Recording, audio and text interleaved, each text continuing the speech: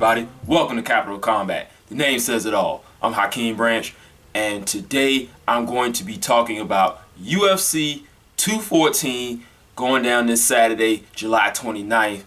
And on this card, we have 3 title fights and 2 very interesting supporting bouts, in which those are Jimmy Manuwa versus Volkan Ozdemir in a light heavyweight contender match. Then you have Donald Cerrone versus Robbie Lawler in just a very well-matched welterweight battle. For the title fights, we have Cris Cyborg versus Tonya Evinger for the featherweight title, which is 145.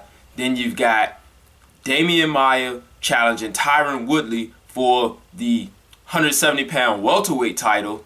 And then we have the rematch between Daniel Cormier and Jon Jones for the 205 light heavyweight title. That's a whole lot going on. So for the sake of time, I'm just going to talk about the title fights. And I'm going to start with Cyborg and Evinger. Now, if you've been following MMA for a while, you know who Cris Cyborg is. You've seen her dominate her opponents. And in Evinger, she is facing someone who is very tough, very tenacious. She kind of reminds me of a female version of, what's her man's name? Tim Elliott.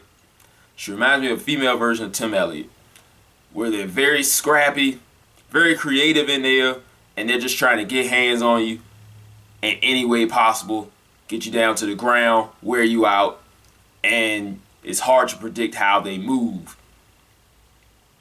Unfortunately for her, I don't think it's going to matter. Cyborg Justino is too big, too powerful, too fast, and she's going to claim the belt that is rightfully hers. How's she going to do that? Well, like I said, she's faster than Evinger. She's bigger than Evinger. She's more powerful than Evinger. And although Evinger is going to come and she's going to bring it, like most women kind of shy away from Cyborg, try to counter her, doesn't work. She's one of the few fighters, especially in the women's division, well, in women's MMA and the UFC, that uses angles in her strikes to get off and land that brutal right hand of hers. Then she takes you down, lands more brutal right hands until the ref saves you. And I don't see this being any different. Evinger, being a very good wrestler, is going to get someone else who also is very good at wrestling and also a Brazilian Jiu-Jitsu black belt. They go about it in different ways though. Evinger is very technical, very technically sound, and will secure takedowns in the classically taught fashion. Cyborg will just brutalize you with brute strength and overpower people to get them down to the ground and pound them out. So I think Evinger will try to use that technique, and it may work momentarily, and then Cyborg will just use her immense strength and just power her off of her. So the real question is, how long does this go before Cyborg ends it? I'm thinking 2 rounds. And Evinger makes it competitive for about half of the first round before it starts to get a little ugly. So that's how I think that's going to go. But it would be huge if Evinger not only makes it competitive, but she pulls it off. That would probably be the biggest upset. Now, Holly Holm and Ronda Rousey was a huge upset. especially to the people who didn't know who Holly Holm was and what she was capable of.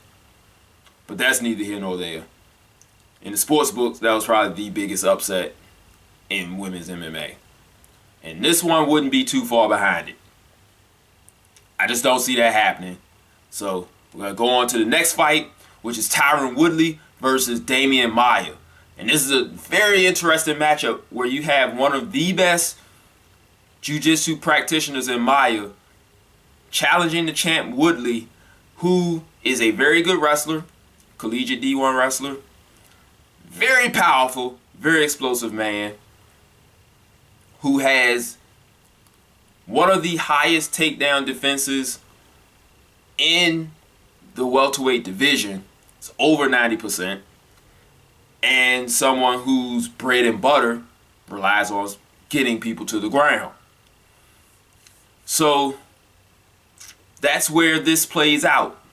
And then a lot of times when you have a wrestler versus a jiu-jitsu practitioner, that ground game gets very interesting because a lot of times the wrestler is about control, so they can control the jiu-jitsu practitioner and keep them from getting into positions where their submission game becomes advantageous. So if it goes to the ground, that's something to look after. Tyron Woodley is also very good at disguising his right hand that he wants to land through a various amount of feints, shots, feigning shots, and level changes in his punches to keep people guessing as to when he's going to land that right hand. So Maia has to be wary of that, possibly catch him when he lunges in for those combinations to throw that right hand, meet him in the middle, and get him to the ground. Rather than trying to chase Woodley around, push him to the cage, and try to get him down that way, that's most likely not going to work, especially early. Now, Woodley, being that explosive type of guy, needs a lot of rest in between those volleys in order to maintain his energy level and his stamina throughout the fight. We've seen him go 5 rounds, but we do also see him slow down in those fights, especially those 2 versus Wonder Boy. Even though he did very well late in those fights, you could see the stretches of him exploding got a little bit farther between each time. Maia is one of those guys who is very consistent, very steady, and he's going to be coming the entire fight. So it's going to be interesting late. I personally have not seen Maia hurt and knocked out. Let me see if that has happened. I'm pulling a Rob here. It works. But I want to make sure that Maia hadn't been stopped before. Because like I said, to my knowledge, I haven't seen it happen. And if it was very early in his career.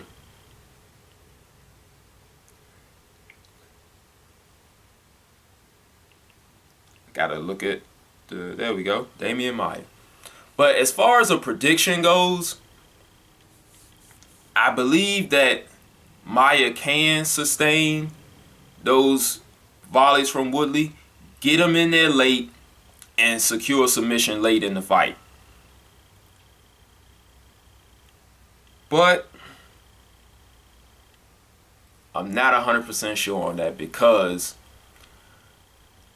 when Woodley lands on people, it's a difference maker. And I'm not 100% sure that Maia can predict those outbursts and survive the onslaught if Woodley is to land. Not many people have. Wonder Boy barely made it out of both of those fights when he got hurt. And the few times that it did happen, it was so significant that they carried Woodley through those fights when Wonder Boy was winning on activity. We could see something similar to that in this fight. So I'm still looking at see if Demian Maia's lost. He's lost once by knockout. And that was a very long time ago.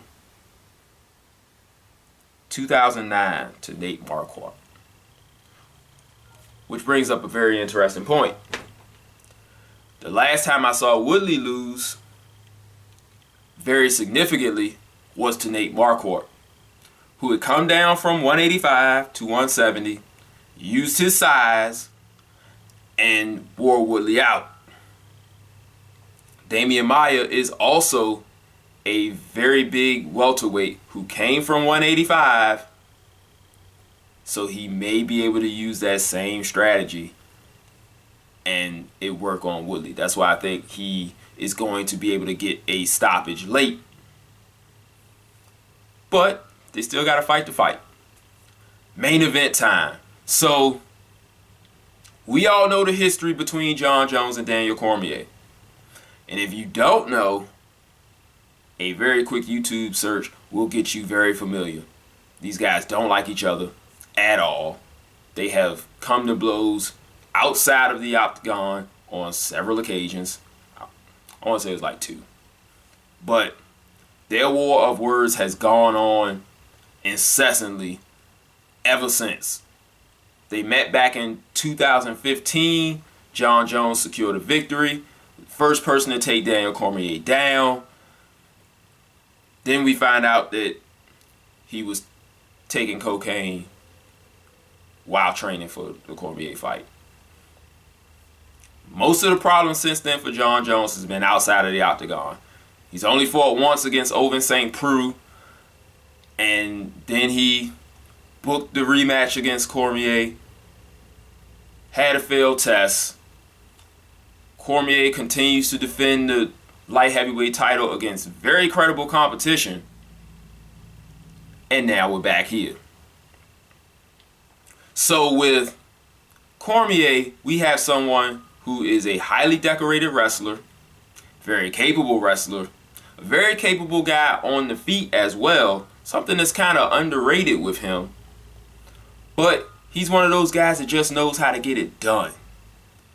And with Jones, you've got a very unorthodox, very creative striker, very capable wrestler, very big guy for the weight class. And previously, he was a very slender guy. But we've seen since he's been off, he's put on a lot of muscle. And that kind of hampered him in the St. Preux fight. Even though he won every round, he started to get a little labored as he, got used to carrying around that new muscle. That was over a year ago. He's had time to get used to being in his new body. So, to me, that spells trouble for Cormier. So now he's got a bigger, stronger Jon Jones that he had trouble dealing with already. But for Cormier, he's got someone who hasn't been in the octagon in over a year. And one fight in the last 2.5 years. Like, he fought Cormier, was off for like a year and some change. Fought St. Preux, it's been off for another year and some change. Now he's fighting Cormier again. That could play to Daniel's advantage because Jon's not used to that real-time speed right now. But this is Jon Jones. We've seen this guy do some things that you really don't see people do in the cage. And I think that continues in this fight. This is one of those times where the emotional involvement actually helps both guys because they refuse to lose to each other. And we saw that in the first one. It turned out to be a great fight. And I think we're going to get that again. That animosity, that bravado, that confidence that they have in themselves is going to manifest itself into a very, very good fight. Probably the fight of the night, if not Cerrone and Lawler. This will take the cake. So I think Jon Jones takes another decision. We have a very similar fight that we had to what last time, where both guys are bringing it, both guys are trying to take the other guy out, but still be very tactical in doing so. And the presence of Jones, the strength of Jones, the size of Jones, the skill of Jones wears Cormier down again in those late rounds, and he can pull away for the decision and reclaim the belt that he never lost in the octagon. So that's it, guys. I hope you enjoyed this video. Like it, share with your friends. Rob and I will be back together next week to recap Broner Garcia. I'm not sure if he's going to watch this or not, the UFC event, because it's going on at the same night. I told y'all in the preview video of the Garcia Broner video that I'm going to be watching this one. So I may do a solo recap, but if not, Rob and I will recap that too. But if you hit us up on our social networks, Capital Combat all the way around, you will definitely get updated on when those are going down, and we will see you guys in the next video. Until then, fight on. This is round one, and you've already lost. They don't seem to see that everything we've done is coming and gone. My fists are on fire. I perform till I perspire. My demons are in a rage. Keep thinking that it's a game. I kick crime, hurricane. I told them I don't play. I'm liquid. Black Street Fighter.